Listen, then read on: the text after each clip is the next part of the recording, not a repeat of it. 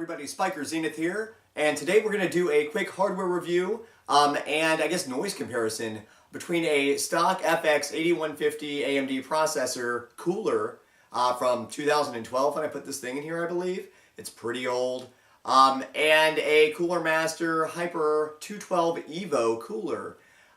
This cooler is going to be an intermittent step for me.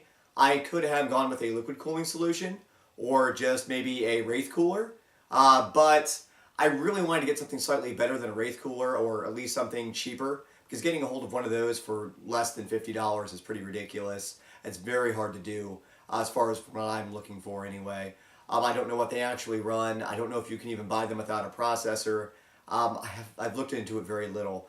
But I had another SpykerZ member, General Hurricane. He had this lying around in his closet. Sold it to me for 20 bucks. He's never used it. He did open it, but he's never used it. So we're just going to go ahead and take a look at the box here, see what we've got. It says 4 direct contact heat pipes. We're going to look at that when we get this out of the box. Upgradable to a second fan. Well, that seems simple enough, but I don't think I'm going to do that. It's a pulse width modulated, the PWM. That's what that stands for on the back of the box here. Pulse width modulated. And what that means is that it can control the fan better. It can read the speed of it a little bit better and control it better than, you know, if it was just like a standard 3-pin fan with a sensor in there to detect the RPMs. Versatile all-in-one mounting solution for Intel and AMD sockets. That's what I'm looking for. I did read that this does do AM3. It does say it here on the side. There's a specifications list. We'll look at that closer here in a second. And it fits a ton of different things. All Intel, all AMD at this point. So we're going to go ahead and look at this guy. It's I believe, a 120 fan. It is. 600 to 2000 RPM. That's quite quick for a 120 fan. But anyway, guys, 40,000 hour life, 9 to 36 decibels. So we'll see if that translates into anything less than what we've got now. I can only imagine this will be a lot quieter than the stock AMD cooler. Alright guys, and we're going to do a torture test here using Prime 95 to get the CPU nice and hot. This is a stock FX 8150 cooler on an FX 8150. Now, this thing's been on here for about 4 years. So that the thermal adhesive or the thermal paste, whatever was used on there, thermal grease, it's probably the stock stuff. I put it on there. I don't recall what I used. But anyway, it could be a little dried out, but I don't think so. I feel like it's doing a pretty decent job. As you can see, this is the idle temperature. It's 80 degrees in this room right now, like 80 even Fahrenheit. So we're looking at 41 degrees Celsius, because Celsius is what's used when you turn a computer on. Celsius is usually what you'll see. That's a little over 100 degrees. I'm not going to do the math. Doesn't really matter to me, to be honest. So anyway, we're looking at 40, 41, 42 degrees on the core, and we're going to look at the fan speed as well. Now, the issue I'm having again with this cooler is that the stock cooler is very loud. And with Zen being around the corner, and I do want to do a new build, and probably the next year, I don't want to spend a lot of money on a liquid cooling setup that may or may not even work or be compatible with whatever I end up building, depending on how Zen turns out. I may go to the blue side if I have to. We'll see. Well, anyway, all that being said, we're looking at 40, 44 degrees Celsius, and then we're looking at a fan speed of 5,500 right now. It's pretty warm in this room. I'm going to go ahead and run the torture test on Prime 95 for 10 minutes. It is 7:40 right now. We're going to come back at about 7:50 and take a look at the result and listen to that fan. Even at idle, you can hear it. So let's go ahead and start that up. We're going to go into options, torture test. This guy right here, maximum heat's what we're looking for. We're going to click OK, and we'll be back in about 10 minutes.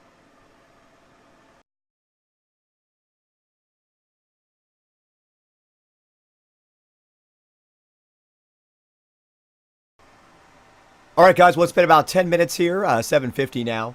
Basically what we're looking at here is, let me go ahead and style, let's leave that going for a minute. We're looking at about 60 degrees Celsius. I've seen it up there, 60, 61. We're looking at the fan speed, which is 6618 right now. Rotations per minute. And guys, just listen to the ambient noise of this this fan. Just listen to how loud that thing is. It's super loud, like when I'm playing games, when I'm talking to other people. Anyway, guys, this is pretty loud, as you can hear. So let me go ahead and switch these coolers out, and we'll come back with the results from the Cooler Master 212 EVO cooler, which should be a lot quieter, I would imagine. Hopefully give better temps. Come right back after that's installed. Alright guys, this is the box here. Hyper 212 EVO for heat pipes, universal mounting. Here is the specs here, if you're really curious about that, if you can even read that, who knows. Anyway, we're going to go ahead and unbox this, if I don't bump the camera too much. Pull this guy apart here. First of all, we got some documentation telling you how to mount it in there. I'm pretty sure we'll figure it out. I don't even know what tools I need. I just grabbed a couple screwdrivers. We'll see if that's all I need or not. Go ahead and pull this guy out. Cooler Master logo up top there. Oh, we got two things here. This looks like, what is this? This is brackets. Oh, look at that, some thermal paste. It does have a tool of some sorts with it. I don't know if you can see everything in there. Thermal paste, some like nuts, some spacers it looks like. Who knows, a bunch of screws. It's going to be quite a bit of work probably to put this in. We do have like a little cross bracket here. It's probably going to go on the back of the motherboard, so the motherboard's probably going to have to come out. We've got some little brackety guys here, probably for the fan mounting, I would think. We're going to go ahead and put this stuff all at the side here. We'll put it all out and about. That box can go away. Now, where's the prize? There is the prize. Look at that. Oh, opened it up upside down, but that's okay. Here we go. It's another bracket. This is very likely, well, this might mount on the back. That other one probably mounts to the front to hold the heatsink on. Get a bracket here. Little silica. Some gum. Just kidding, it's not gum. Don't actually eat that. You got the fan connector here. It's a 4-pin. Definitely pretty nice cable here. I don't know why it has this little "Don't Throw Me Away" logo on the. Like somebody's gonna take this fan off and just throw it away. Warranty void if removed. Look at that. That's very strange. I'll throw things around with my camera again. But check this out here, guys. Warranty void if removed. That's so strange. Why do they care if you remove a sticker or a tag? You look at the bottom of the heatsink here. The contact surface, definitely 4 heat pipes there. Please peel off, obviously. Right before we install, we'll do that. There's our fan. It's very nice, spins freely. I don't believe there are any lights or anything in here. And you can mount this either way, it looks like. If you can see this here. See how the fan's mounted on with these clips? You can actually move the fan to the other side if you need to. If you actually need it to like push in the other direction. Depending on how I imagine your RAM's going to be seated in your system or the space requirements you have. But that's basically all there is to this, guys. This is what comes in the box. It's not too crazy.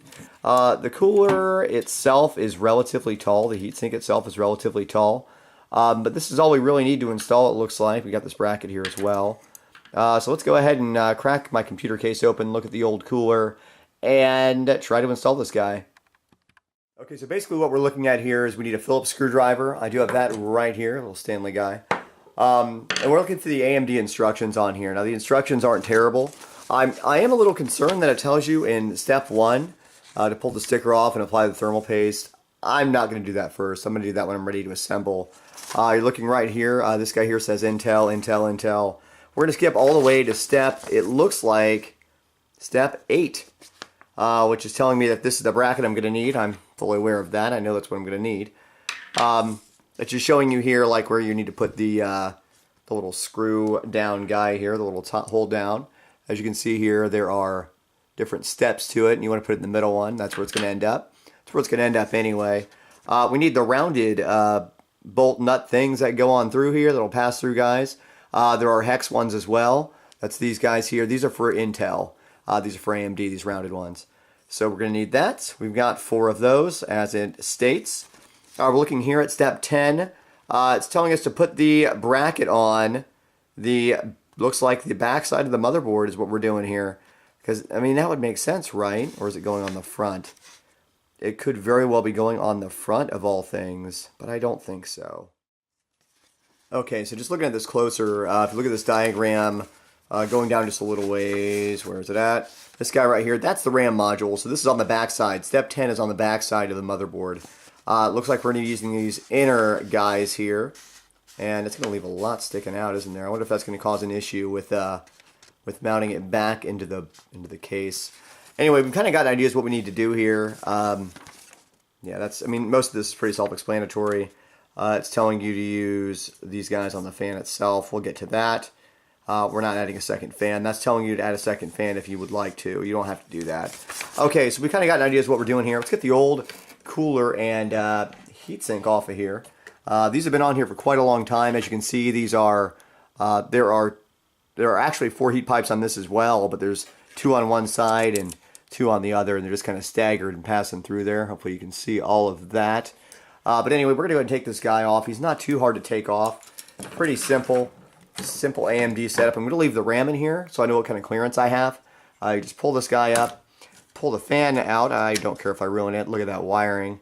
Old, just generic fan. We just push this guy down, and I'm sure if you're going this far into it, you've installed a cooler before. We're going to give it a tiny wiggle because I really don't want to kill my CPU while trying to pull this apart. Give it a wiggle here. Pull it up. It was definitely stuck on there. And that is the stock thermal paste that came with this. It was like a pad that was on there. As you can see, it's pretty dried up on there. So, I mean, it was obviously still working, but not as well as it could. I'm not super concerned about this heatsink. I may or may not even ever use this again for anything. But hold on to it. You never know. It's not very dirty or dusty. It's just an old heatsink. And the thermal adhesive, obviously, on the FX8150. I'm going to clean that up real quick with some rubbing alcohol. You want to go with a higher alcohol content. You try to stay away from a 70. You want like a 90%. It doesn't matter that much. They dry quick enough, but don't use water. Use a rubbing alcohol of some sort. Okay, we've got this CPU cleaned up. Looks pretty good. I'm not going to remove it from the socket. There's really no point. 0.4 socket. I don't need to remove it because I'm not going to hurt it at all. I don't want to risk bending anything. I'm going to take off this stock mounting bracket for this motherboard. So we're going to go ahead and take these screws out here. I know the RAM's kind of blocking the view here. Take these out completely. I don't need these at all. I'm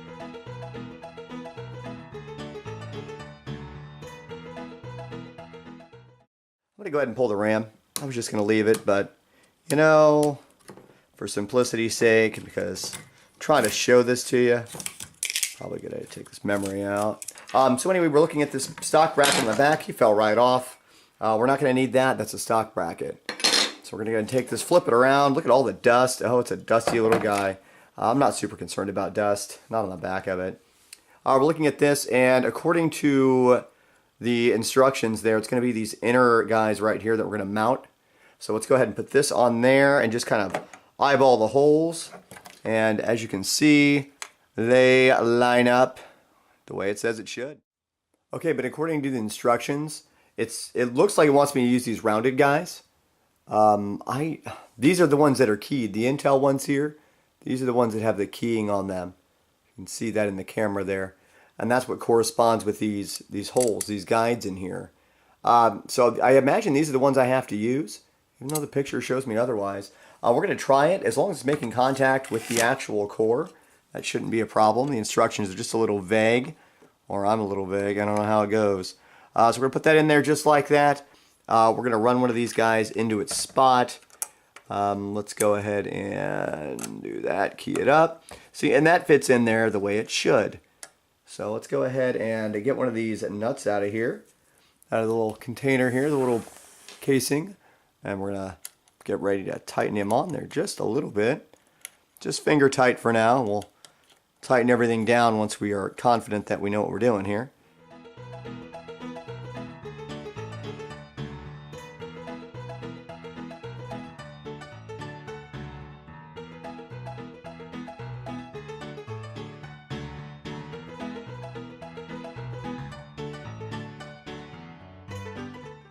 So, you just got to kind of go with what you got, run with what you brung, but these are keyed, so they shouldn't turn in the slot. It's probably why these are keyed. So when you tighten these up, we're just going to give these a quick tighten with the tool they supplied with us. You could probably use a small ratchet, but I'd be careful with that. The reason they give you this guy here with the little hex end on it and the Phillips bit on the other side, so you can't over tighten this easily. I'm sure you could. Don't muscle it down, just give it a quick tighten. Nice and snug, but not tight. Not like super tight. So we tighten those just snug. Don't want to ruin the PCB at all. I'm still concerned about this sticking out the back. Like if you look at that back of that bracket, he sticks out quite a ways. So hopefully it's not an issue. I don't know if it will be. We're going to find out. I'm going to bump everything here. That's okay. All right, so we got our standoffs here for our cooler. Now we're going to be looking at, we're going to do a test fit here. Now I want this to pull from the back of the case, or front of the case rather, and push towards the back because that's what the fans are doing. that's usually a good idea. Now on the top of this fan here, it's showing you that it's rotating in this direction and blowing out this direction. So my finger's pointing there that way. So that's what's happening with this fan. So we want it to go like this, if at all possible. That's kind of how I want to mount it. Now it looks like the RAM may actually be in the way. So let's go ahead and install a stick and look at it. See what that actually does. I mean, these have some pretty massive heat spreaders on them. So let's go ahead and put him in there and line him up, push him down, lock him in place. And now let's put this on there and cross our fingers that I don't have to move this fan, but it's not that big of a deal if I do. And it looks like I will have to move the fan to make this work. That's a shame. So I'm looking down there at the die, and it's just barely not on the die. If you can even see that at all. Probably cannot, of course. Let's see if we can see that here. You can see that if this is pushed all the way over, it's touching the RAM and it's not completely on the die. So I am going to move the fan to do a pull instead of a push for this particular setup. It's going to pull from the front. It really shouldn't matter. So let's go ahead and pull the fan off. There's just some clips here on the side of the fan. So I hooked on my motherboard. There are some hooks on the side of the fan here. We're just going to go ahead and pull those off. Just pull it out with your fingers, and the fan comes right off. We can probably just put the fan on last. It looks like we take some Phillips screws out, or something, or a single Phillips screw. It's probably behind these pads. They don't make that easy to change out, do they? Knowing full well this is something you might have to do. They don't make it too easy to put the pads in the way. But there are replacement pads or extra pads to add another fan in this kit. But I'm going to have it pull through because that makes sense. Now we're going to go ahead and get this all set up. I'll put the heatsink on, and then we'll adjust the fan to accommodate our needs once we have the heatsink in place. Now this thing is tall. This is massive. You're going to need a real big, real wide case to fit this in. So I'm going to go ahead and pull this protective film off the bottom. You can see those heat pipes there. They say continuous contact, and they are continuous contact. I mean, they're milled pretty well. Can't be too upset about it. Let's go ahead and see that. I mean, nobody's going to see this anyway. So we're going to use a thermal paste that is supplied.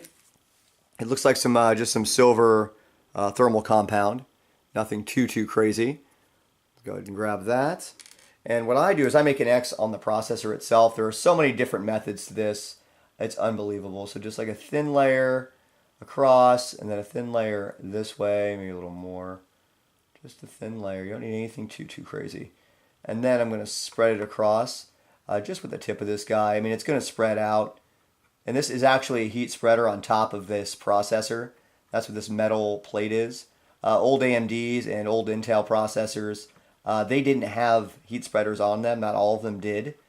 And you just had the die there. You know, the heat spreader makes a pretty good argument for itself as far as dissipating the heat and spreading it across.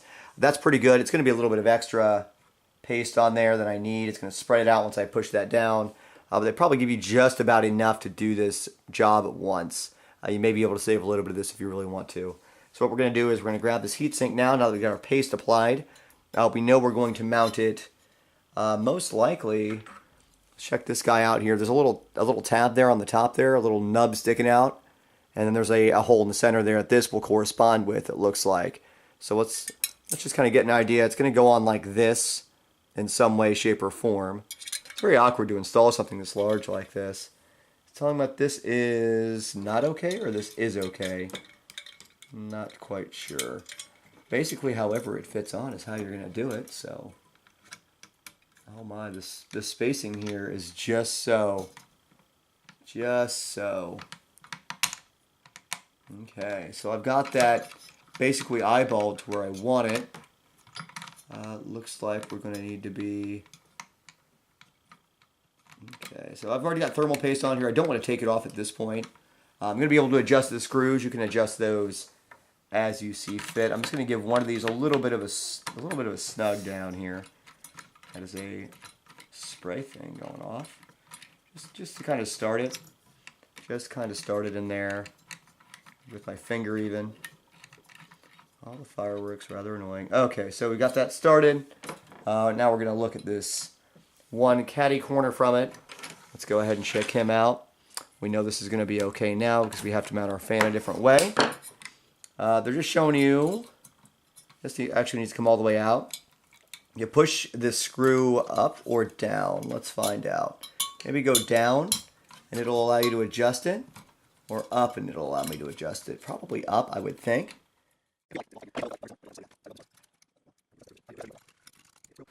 Use the screwdriver to push them in. Be very careful doing this. Again, you don't want to get into your PCB with this stuff.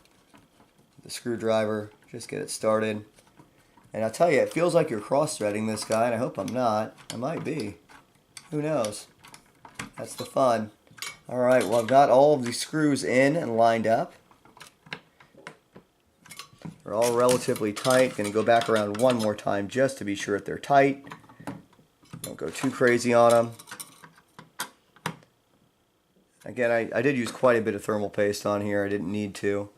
You can clean that up with a Q-tip if you would like. I personally do not care if there's a little extra thermal paste sticking out the side there. I don't mind that at all. It is covering the heat spreader of the actual CPU. It doesn't cover the CPU as well as I'd like. That's like the factory one did, the stock one did. But that's basically the way it is installed. Okay, and the more I look at this, the more I might just leave it like this. I mean, I'm only missing a few fins on the bottom of this. That's not covered by the fan. So I'm probably going to run it like this. I feel like it might be okay. I'm really not losing a lot of area. But doing this as a pull design, I feel like I'm not going to get the airflow at all that I would get with this current setup. I may get another fan and mount that as the secondary fan. Those are relatively cheap, 15 bucks. But getting a thinner 120 fan probably wouldn't be an option anyway. It's relatively thin. But it's not touching the top of my RAM. It's just a centimeter or two off. That should be fine, so there's no vibration issues. But I mean, it's on there. It's secure. So the bracket's definitely on there.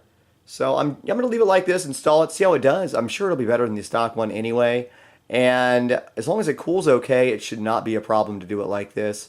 But we'll see. If I have to switch it around, I have to switch it around. But I can do that inside the case.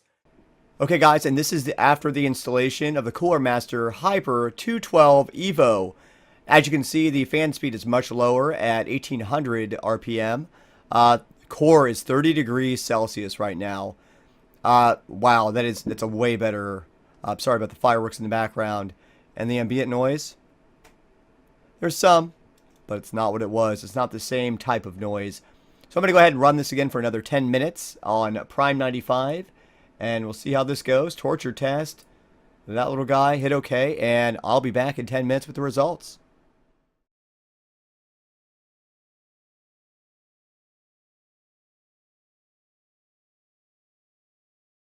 Okay guys, it's been about 10 minutes now.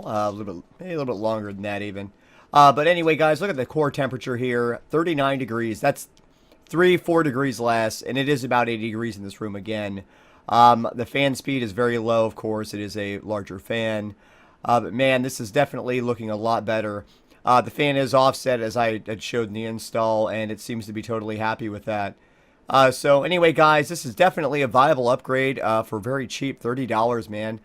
And I've read other reviews about this cooler before I even bought it, and they all said the same thing. It's quiet, but just listen to the ambient noise. It's so much better than before. It's not the same kind of whine that I had before. We're looking at about, it's almost maxed out RPM-wise, and you barely hear it. So anyway, guys, in conclusion, this CPU cooler gets thumbs up from me, definitely. It'll fit any processor out there right now, and it's definitely worth a look. And it's not super hard to install once I figured out that those other adapted screws, I don't know what those are even for, to be honest. I didn't see it. I thought it was for the AMD, but they didn't work. But anyway, guys, if you like what you've seen here, give me a like, comment, subscribe, and I will see you next time. Thanks for watching.